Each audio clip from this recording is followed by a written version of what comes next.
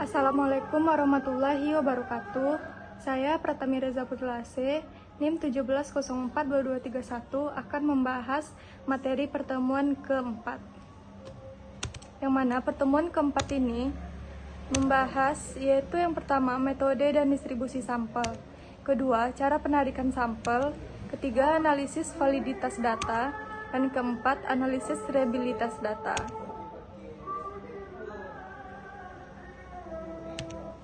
Yang pertama, metode dan distribusi sampel.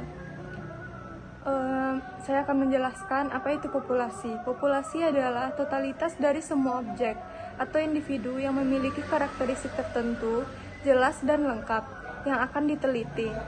Objek atau nilai disebut unit analisis atau elemen populasi.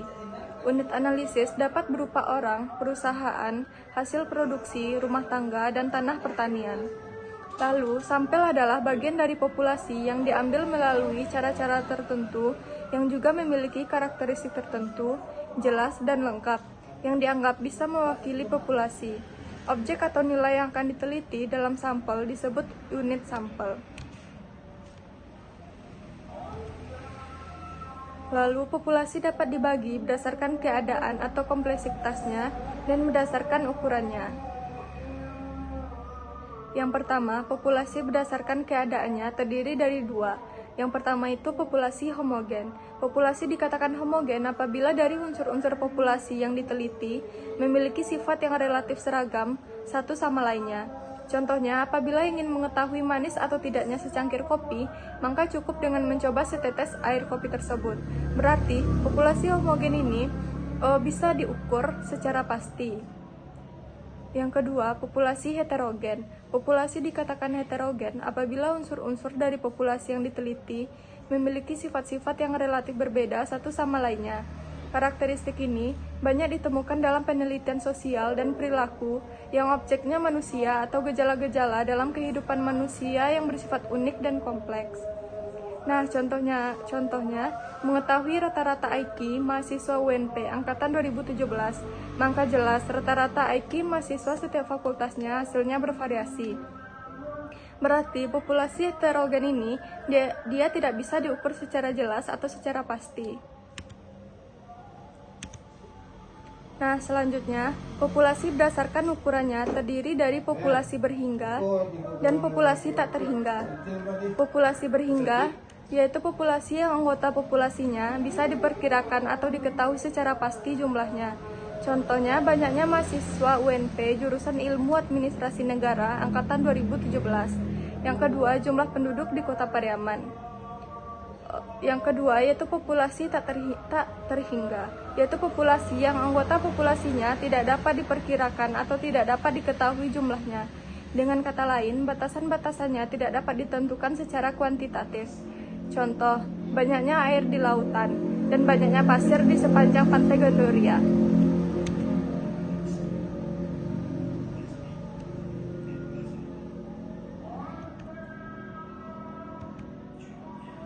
Selanjutnya, saya membahas distribusi sampel. Distribusi sampel atau distribusi sampling adalah distribusi peluang teoritis dari ukuran-ukuran statistik. Misalnya adalah rata-rata, varian, dan proporsi. Konsep distribusi sampling ini dijadikan sebagai dasar dari statistik inferensial, di mana dengan distribusi sampling dapat diketahui karakteristik populasi atau parameter.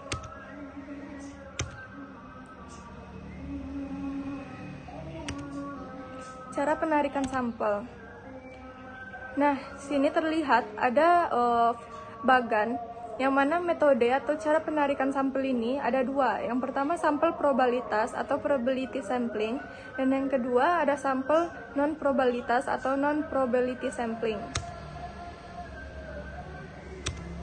Probability sampling atau metode penarikan sampel. Probability sampling atau probabilitas sampling adalah metode penarikan sampel yang memberikan kesempatan sama terhadap anggota populasi untuk menjadi sampel. Yang kedua, non-probability sampling, yaitu tidak semua anggota populasi memiliki probabilitas yang sama untuk menjadi sampel. Selanjutnya, validitas data. Menurut Sugiharto dan Sitinjak 2006, validitas berhubungan dengan suatu Suatu peubah mengukur apa yang seharusnya diukur. Validitas dalam penelitian menyatakan derajat ketepatan alat ukur penelitian terhadap isi sebenarnya yang diukur. Lalu, menurut Ghazali 2009 menyatakan bahwa uji validitas digunakan untuk mengukur sah atau valid tidaknya suatu kuesioner. Suatu kuesioner dikatakan valid jika pertanyaan pada kuesioner mampu untuk mengungkap sesuatu yang akan diukur oleh kuesioner tersebut. Lalu, dalam pengujian validitas terhadap kuesioner dibeda menjadi dua, yaitu validitas faktor dan validitas item. Validitas faktor diukur bila item yang disusun menggunakan lebih dari satu faktor. Antara faktor satu dengan yang lainnya ada kesamaan. Pengukuran validitas faktor ini dengan cara mengkorelasikan antara skor faktor dengan skor total. Lalu, validitas item. Validitas item ini ditunjuk dengan adanya korelasi atau dukungan terhadap item total. Perhitungan dilakukan dengan cara mengkorelasikan antara skor item dengan skor total item. Untuk melakukan uji validitas ini menggunakan program SPSS.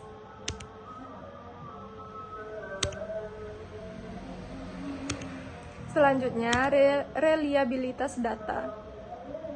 Menurut Mas Risingarimbun, reliabilitas data adalah indeks yang menunjukkan sejauh mana suatu alat ukur dapat dipercaya atau dapat diandalkan. Bila suatu alat pengukur dipakai 2 kali untuk mengukur gejala yang sama dan hasil pengukurannya diperoleh relatif konsisten, maka alat pengukur tersebut reliable. Dengan kata lain, reliabilitas menunjukkan konsistensi suatu alat pengukur di dalam pengukur gejala yang sama.